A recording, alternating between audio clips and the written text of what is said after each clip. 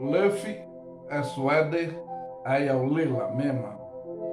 Fiel é Deus, aleluia, amém. Essa manhã de bênção, eu quero trazer o nosso tema, que é a limpeza do nosso armário intelectual para podermos agir espiritualmente, que é o nosso dever coercitivo. Assim como eu aproveitei para me barbear, limpar a barba, cortar um pouco o cabelo, e como neurologista, infectologista espiritual, psicanalística, mente falando, dentro dessa área holística, e teologicamente eu quero apontar alguns pontos dentro desse tema, mas nós vamos tomar como base ler o capítulo 3 de Colossenses, do versículo 1 ao 17, e vamos abordar esse tema. E diz a palavra de Deus: portanto, se já ressuscitaste com Cristo, buscai as coisas que são de cima, aonde Cristo está assentado à destra de Deus. Bom, a advertência é: pensai nas coisas que são de cima e não nas que são da terra. Porque já estáis morto e a vossa vida estáis escondida com Cristo em Deus. Quando Cristo, que é a nossa vida, se manifestar, então também vós manifestareis com ele com alegria. Talvez você não entenda o que está especificando aqui, é o que está no livro de Judas, né? O versículo 14 e 15, que diz: e destes profetizou também Enoque, o sétimo depois de Adão, dizendo: eis que é vindo o Senhor com milhares e milhares dos seus santos para fazer juízo contra todos e condenar todos os ímpios, todos, com todas as suas obras ímpias, de impiedade, e que cometeram impiamente, e todas as duras palavras que ímpios pecadores disseram contra eles. Então, é o que está dizendo aqui. E quando Cristo, que é a nossa vida, se manifestar, então também vós vos manifestareis com ele em glória. E aí nos diz: mortificai-vos, pois, os vossos membros que estão sobre a terra, a prostituição, a pureza, a apetite desordenada, a vil concupiscência e a avareza, que é a idolatria. Eu poderia até exemplificar várias formas de prostituição, de impureza, né? Dessa vil concupiscência. E várias formas de idolatria, que a gente só classifica de um modo, objetivamente, de imagens, mas vai muito mais além dentro do intelecto. Bom, pelas quais coisas vem a ira de Deus sobre os filhos da desobediência, nas quais também em outro tempo andaste quando vivias nela, nessa forma, né? De concupiscência desordenada, impureza, prostituição, idolatria, a avareza, que é o egoísmo, que eu sempre falo do ser que se precisa reedificar humanamente. Bom, mas agora despojai, se despir, né? Vós de toda a ira, toda a cólera, da malícia, da maledicência, das palavras torpes, e que sai da nossa boca, que contraria os bons costumes, né? A palavra torpe aí é nesse sentido. É o que muitos não entendem, que como profeta ele diz que era um homem de lábios impuros e habitava no meio de um povo de impuros lábios. Não era palavras como a gente diz palavrão, porque palavrão eu estou falando agora, posso falar palavra grande, palavra média, palavra... Porque palavrão é uma palavra extensiva, uma palavra bem positiva, não é essa imundícia, maledicência, palavra torpe, odiosa, né? Mas a diferença está aí. E aí vai dizer, não mintais uns para com outros, né? E vós despidos, velho homem, e com seus peitos. Isso é as atitudes errôneas que vivíamos, que não eram atitudes exemplares. Eu sempre falo de atitude luciferianizada e atitude cristianizada, que é o nosso dever.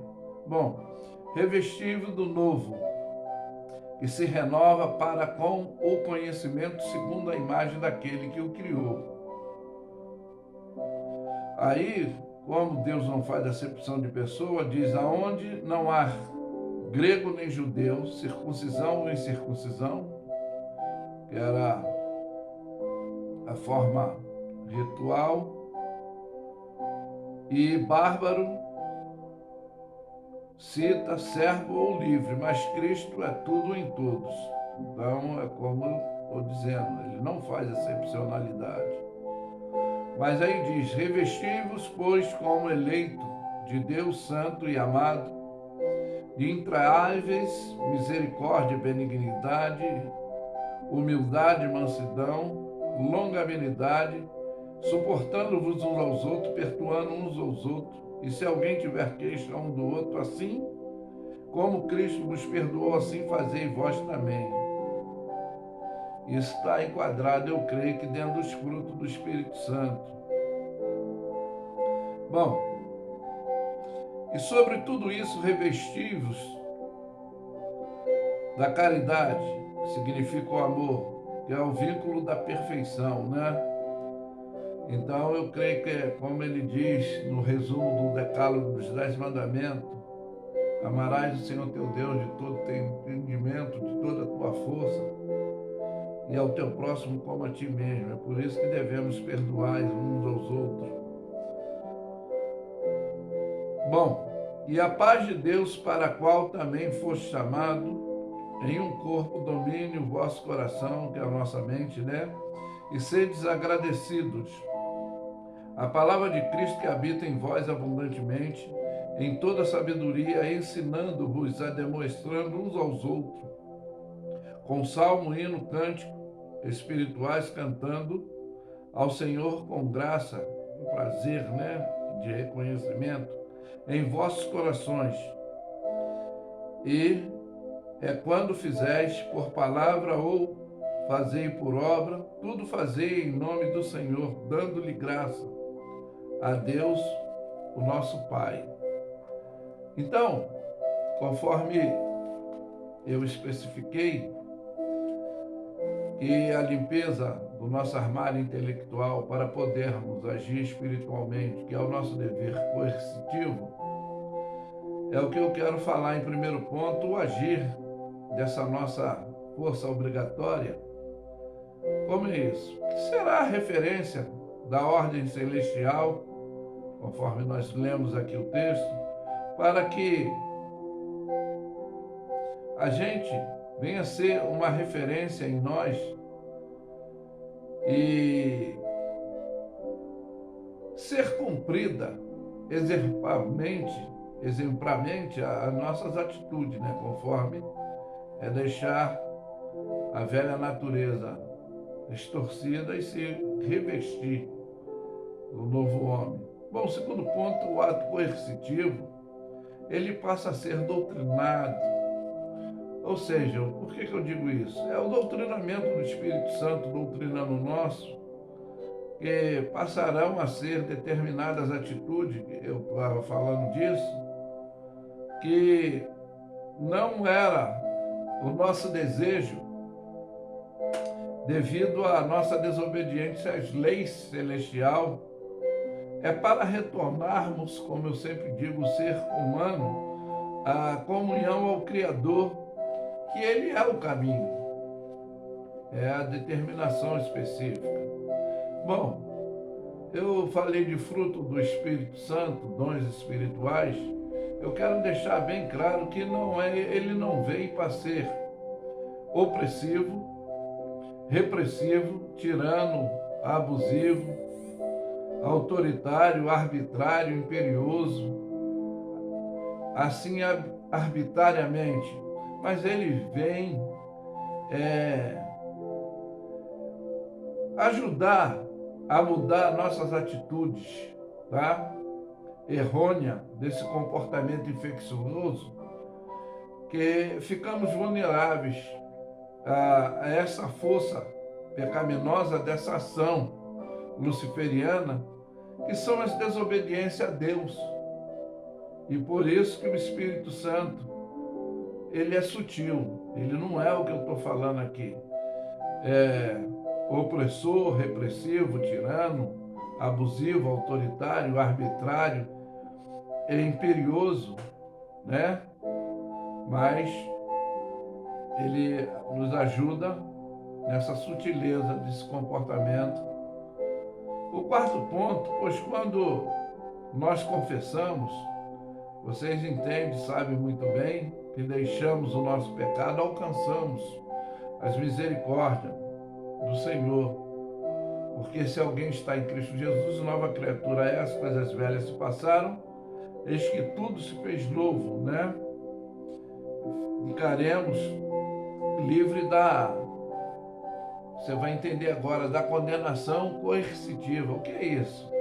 É no espiritual, no dia do juízo, e pois a audiência que todos terão que ter o dever de comparecer, nós não precisaremos, quando, vamos dizer assim, ser interrogado para provar nossa inocência, pois o próprio Senhor Jesus dará testemunho nosso, sendo Ele próprio o nosso advogado. Mas eu vou falar do nosso dever coercitivo, que é o que está aqui em Romanos, no capítulo 10, você vai me entender. Eu vou ler aqui do versículo 8 em diante, que diz assim: mas diz a palavra que está junto de ti, na tua boca, no teu coração. Essa é a palavra da fé que pregamos, a saber, se com a boca confessares ao Senhor e com o seu coração crer que Deus o ressuscitou dos mortos, será salvo. É o que eu falei, que não precisamos, no dia do juízo, nos defender, provar nossa inocência. Visto com o coração se crê para a justiça e com a boca se faz confissão para a salvação, porque as Escrituras diz que todo aquele que nele crer não será confundido, porquanto não há diferença, conforme eu falei, não há excepcionalidade de o Senhor para com o ser que precisa ser humano. Não há diferença entre judeus e grego, né? Que a salvação vem dos judeus. O grego, intelectualmente, às vezes havia distorção contraditória. Mas vamos lá. Porque um mesmo é o Senhor rico para com todos os que invocam, né? Porque todo aquele que o invoca, o nome do Senhor será salvo. Isso é uma promessa homologada. Como, pois, invocarão aquele a quem não creram? Como crerão naquele a quem nunca ouviram falar? Como ouvirão se não há quem pregue? Por isso é a nossa necessidade coercitiva desse padrão. Como pregarão se não foram enviados? Como está escrito: quão formosos são os pés dos que anunciam coisas novas. Somos nós, a boca. Por isso que é deixar toda imundícia, impureza. Aí agora é coisas purificada celestialmente. A atitude cristianizada do que eu falei, né? Mas nem todos obedecem ao Evangelho, como diz o profeta Isaías. Quem deu crédito à nossa pregação, nem todos vão dar ouvido. Por quê? De sorte que a fé vem pelo ouvir e ouvir pela palavra de Deus. Mas digo, porém, não ouviram sim por certo, pois toda a terra saiu a voz dele, a sua palavra, até o fim do mundo.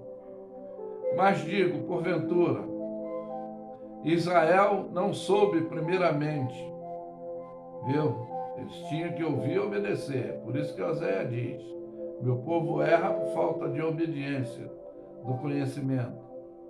E diz Moisés, vos mandarei,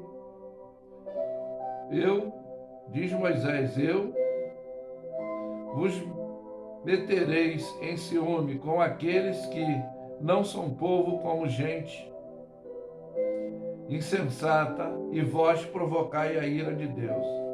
É o que questionou Samuel quando fizeram o primeiro rei, e Deus fala, não é contra ti que eles estão se levantando, é contra mim que desde o Egito não me obedeceram.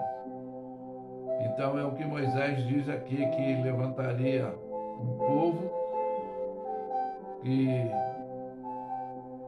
eles estariam sendo provocados a ira, porque era o dever deles, a obrigatoriedade coercitiva, e não fizeram, como não fazem alguns até hoje, né? Aí diz, Isaías altamente diz que foi fechado pelo que não buscavam, né? Foi manifesto aos que, por mim, não perguntaram. Mas contra Israel diz, todos os dias estendi a minha mão a um povo rebelde, contradizente. Quer dizer, o Senhor tentou doutrinar, ensinar, orientar, mas eles foram escolhidos. A palavra de Deus diz que ele veio para os seus e os seus não receberam, mas todo quanto recebeu, dentro desse ponto aí, Deus o poder, o direito de ser chamado, ser feito filho de Deus, a saber, aos que creem no seu nome. Bom, sexto ponto, eu posso abordar, já finalizando, já chegando à condição coercitiva, é a comunhão obrigatória, como é isso? De alguém normalmente feita nesse campo espiritual, porque Deus é amor, né? E devemos amar os nossos irmãos como a nós mesmos. É o que eu deixei bem explícito. Você vai ver aqui comigo em 1 de João, capítulo 4, você pode me entender, que diz a palavra de Deus. Amados, amemos uns aos outros, porque o amor de Deus é que qualquer que ama é nascido de Deus, é conhecedor de Deus. Aquele que não conhece a Deus é porque Deus é amor. Então aquele que não ama não conhece a Deus, porque Deus é amor. Então por isso que temos que amar uns aos outros, porque a caridade, né, o amor é de Deus, que qualquer que ama é nascido de Deus e conhece a Deus. E nisso se manifestou o amor, ou a caridade de Deus para convosco, que Deus enviou o seu Filho unigênito ao mundo, para que vivêssemos conforme essa atitude doutrinária, né? Baís diz que nisto está o amor, e não em que nós tenhamos amado a Deus, Mas, e quem é que nos amou primeiro, que enviou o seu próprio Filho para a propiação pelos nossos pecados? Ele é que nos amou primeiro. Nós falamos sempre, quero aceitar a Jesus, Ele que nos aceita. E procura nos colocar dentro da plataforma, não arrogante mais, mas da humildade, que é a pós-graduação que Jesus disse, aprendei de mim. Bom, amado, se Deus assim vos amou, também é o nosso dever amar uns aos outros. Por que isso? Ninguém jamais viu a Deus. Se nós amamos uns aos outros, Deus está em nós e nós em nós. É a perfeita, a sua caridade, o seu amor em nós, essa atitude, né? E nisso conhecemos que estão nele e ele em nós, pois ele nos deu o Espírito, que eu falei do doutrinamento, que não é ser opressivo, não ser terrorizadamente dentro de nós, abusivo, autoritário, arbitrário, né? Imperiosamente nos obriga a obedecer, né? Repressivo, não. Ele é sutil dentro dessa ação para a nossa atitude cristianizada. Então é por isso que nisso conhecemos que estamos nele e ele em nós, que nos deu o seu Espírito. É o Espírito Santo de Deus doutrinando o nosso, né? Então, e vivemos e testificamos que o Pai enviou o seu Filho para salvar o mundo. Por isso que eu falei o dever coercitivo nosso, do que está em Romanos, no capítulo 10, do versículo 8, de ir pregar a palavra, pregar todo conhecimento a toda criatura. Bom, nós conhecermos e cremos no amor que Deus nos tem. E Deus é amor. Então, e de quem está? E o amor é isto. Exemplo, essa caridade está em Deus e é dele que provém em nós. Bom, para encerrarmos aqui, para você entender, nisso é perfeito. A perfeita caridade, ou seja, o perfeito amor para conosco, para que no dia do juízo tenhamos a confiança, porque qualquer que nele confia, nele está, somos também neste mundo, dentro dessa atitude exemplar. Por isso que eu falei,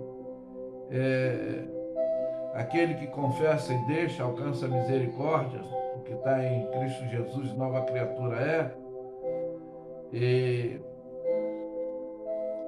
na nossa vida se faz tudo novo, é a condição dessa livre condenação coercitiva, espiritual. É o que eu exemplifiquei aqui no dia do juízo, que é essa audiência que todos terão o dever de comparecer.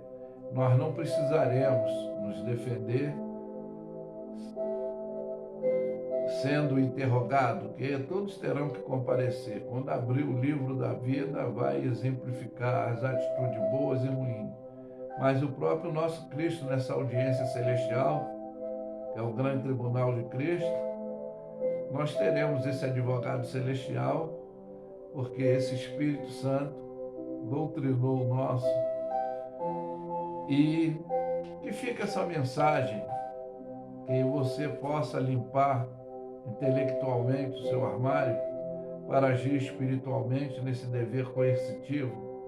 E essa limpeza é deixar os maus hábitos, os maus costumes, as atitudes negativas e vivermos positivamente dentro da fidelidade que Deus requer para que nós sejamos exemplo. E é por isso que eu afirmo que Luffy Aswede Ayalela Mema. Fiel é Deus, aleluia, amém? Ficam todos na paz nessa quarta de bênção celestial, amém?